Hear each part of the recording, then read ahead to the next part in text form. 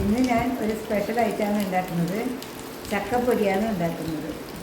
അതിന് വേണ്ടിയിട്ട് 1 കപ്പ് ഗോതമ്പ് പൊടി, 1/2 കപ്പ് റവ,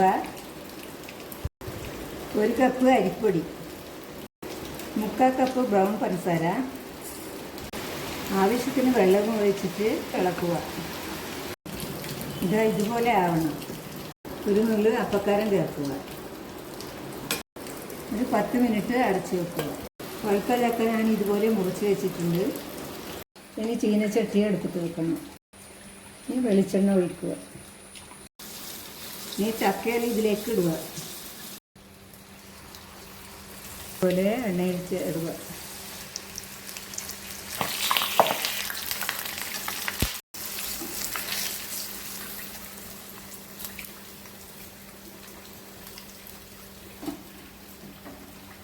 ബാക്കിയുള്ളതെല്ലാം ഇതേപോലെ ചുട്ടെടുക്കുക.